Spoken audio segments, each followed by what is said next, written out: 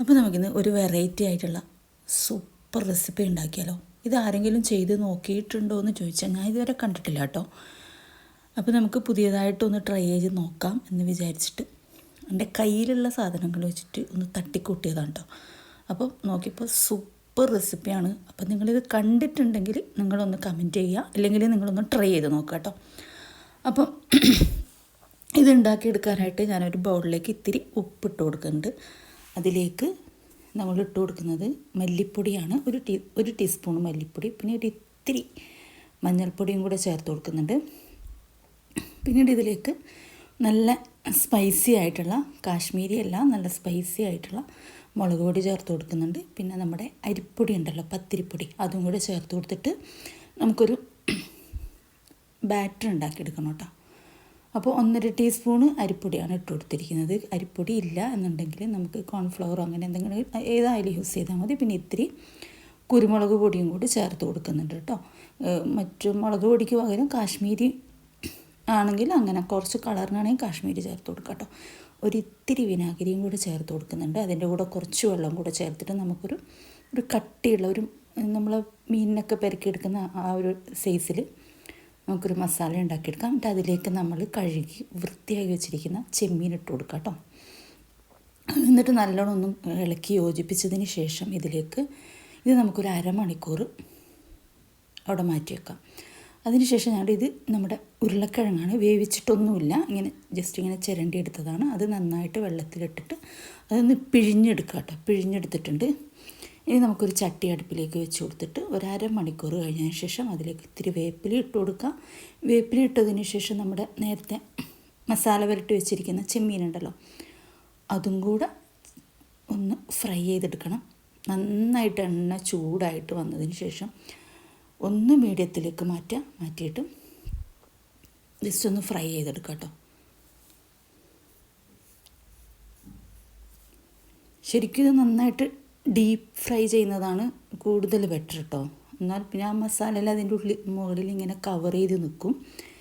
ഇതിപ്പോൾ നമ്മൾ ഇത്തിരി ഓയിൽ ഒഴിച്ചിട്ടാണ് ഇത് ചെയ്യുന്നത് കൊണ്ട് അങ്ങനെ കവറായി നിൽക്കത്തില്ല. അപ്പോൾ നമുക്കിത് നന്നായിട്ടൊന്ന് ഫ്രൈ ആയി വന്നിട്ടുണ്ട്. കൂടുതൽ ചെമ്മീൻ ഇങ്ങനെ വേവിക്കരുത്.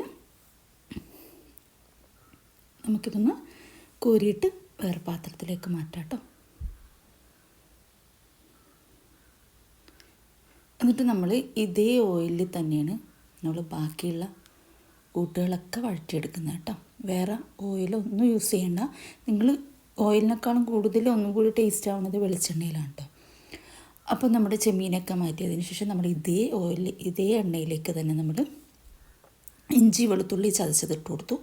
അതിലേക്ക് ഒരു ചെറിയ പീസ് തക്കാളിയും ഒരു 2 മീഡിയം സൈസ് വലുപ്പത്തിലുള്ള സവാള ഒന്നിക്കിൽ സ്ലൈസായിട്ട് നിങ്ങൾ അരിയുക. അതല്ല എങ്കിൽ നിങ്ങൾ ഇഷ്ടത്തിനനുസരിച്ച് കുഞ്ഞു പീസസായിട്ട് എൻ്റെ ആവശ്യത്തിന് ഈ ഒരു മസാലക്ക് ആവശ്യമുള്ള ഉപ്പ് മാത്രം ചേർത്ത് കൊടുക്കുക കേട്ടോ.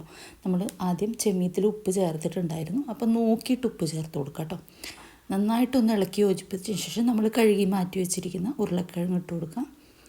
ഉരുളക്കിഴങ്ങും കൂടി ഇട്ടിട്ട് നന്നായിട്ടൊന്ന് ഇളക്കി ഒരു ഇത്തിരി ഒന്ന് വേവാൻ, ഇങ്ങനെ ചെറുതായിട്ട് അരിഞ്ഞതുകൊണ്ട് തന്നെ പെട്ടെന്ന് ഉരുളക്കിഴങ്ങ് വെന്തിട്ടു. നന്നായിട്ട് വെന്ത് ഉടയേണ്ട ആവശ്യമൊന്നുമില്ല. അപ്പോൾ ഇങ്ങനെ നിങ്ങൾ ഇതുവരെ ചെമ്മീൻ ഉണ്ടാക്കിയിട്ടുണ്ടോ?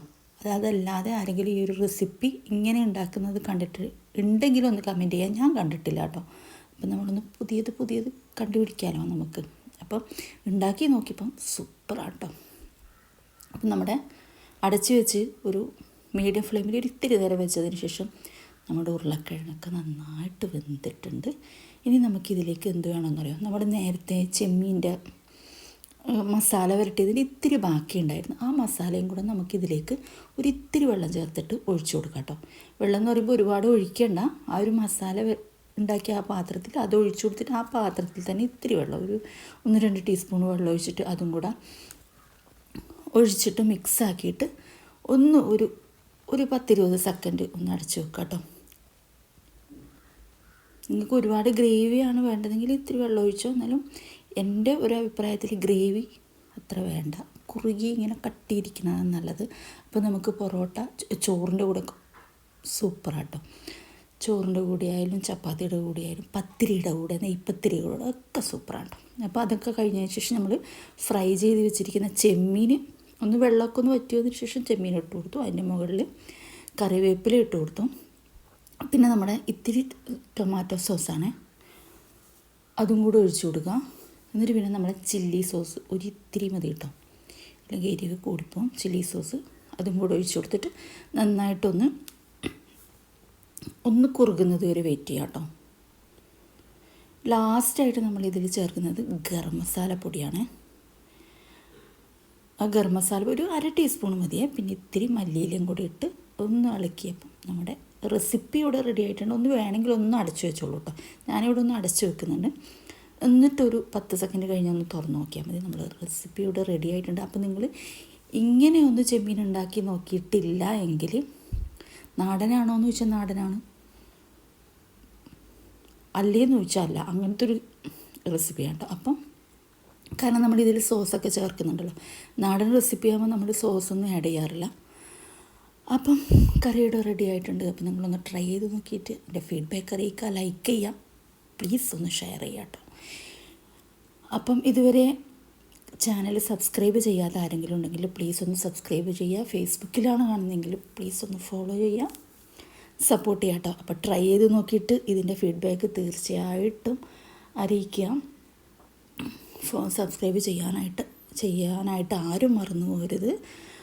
അപ്പം വീഡിയോസ് കണ്ടതിന് എല്ലാവർക്കും ഒരുപാട് നന്ദി. നിങ്ങൾ സ്കിപ്പടിച്ച് കാണാതെ കംപ്ലീറ്റ് കണ്ടിന്യൂസ് ആയിട്ട് കണ്ടുകൊണ്ടിരിക്കുക. അപ്പോൾ ഇത്രയേ ഉള്ളൂ. Okay, thank you for watching my video. Thank you.